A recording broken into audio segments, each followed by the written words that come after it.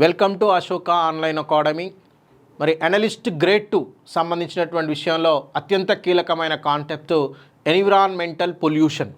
మరి ఎన్విరాన్మెంటల్ పొల్యూషన్కి సంబంధించినటువంటి అంశాల్లో ముఖ్యంగా క్రింది వాటిలో ప్రాథమిక కాలుష్య కారకం ఏది? Given below which is primary pollutant. Primary pollutant అంటే a pollutant is directly coming from the source of pollution.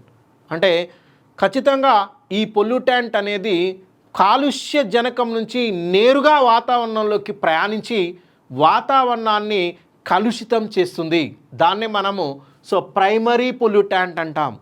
ఇచ్చిన వాటిల్లో భూస్థాయి ఓజోన్, ట్రోపోస్ఫెరిక్ ఓజోన్, మరొకటి యాసిడ్ రెయిన్, మరొకటి ఫోటోకెమికల్ స్మాగ్, మరొకటి కార్బన్ మోనాక్సైడ్.